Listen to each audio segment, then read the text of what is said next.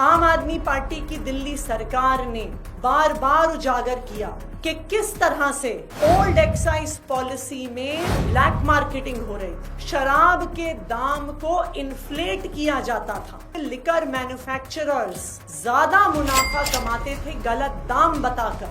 और आज आम आदमी पार्टी सरकार की इस बात पर सीएजी की इस रिपोर्ट ने मोहर लगा दी है। ये सीएजी रिपोर्ट बताती है कि भ्रष्टाचार दो तरीके से हो रहा है। बॉटल बाय बॉटल जब एक्साइज कैलकुलेट होता था तो वो फर्जीवाड़ा करते थे ये दिखाने में कि कितनी बोतलें बेची गईं। 28% से ज्यादा भ्रष्टाचार ये शराब के ठेकेदार कर रहे थे और इन दलालों की जेब में पैसा जा रहा है।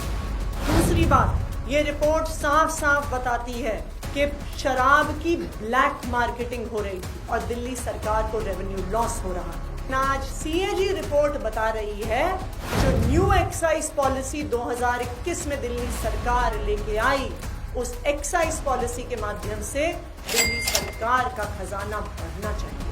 उस पॉलिसी में ट्रांसपेरेंसी थी, उस पॉलिसी में स्मगलिंग रोकने के तरीके थे, उस पॉलिसी में ब्लैक मार्केटिंग रोकने के तरीके थे।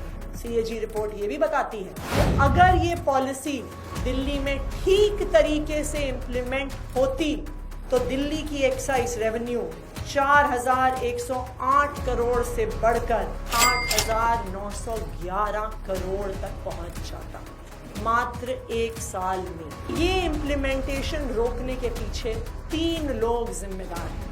सबसे पहले कसूरवार भारतीय जनता पार्टी के लेफ्टिनेंट गवर्नर, जिन्होंने बीच में रोड़े अटकाए, उस पॉलिसी को जमीनी स्तर पर नहीं उतरे।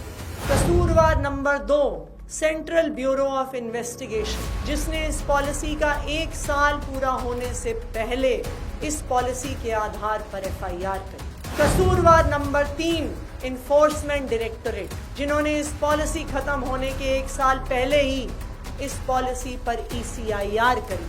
तो आज हमारी ये मांग है कि भारतीय जनता पार्टी के एलजी साहब, भारतीय जनता पार्टी की सीबीआई और भारतीय जनता पार्टी की इन्फोर्समेंट डायरेक्टरेट पे सीएजी रिपोर्ट के आधार पर इन्वेस्टिगेशन हो।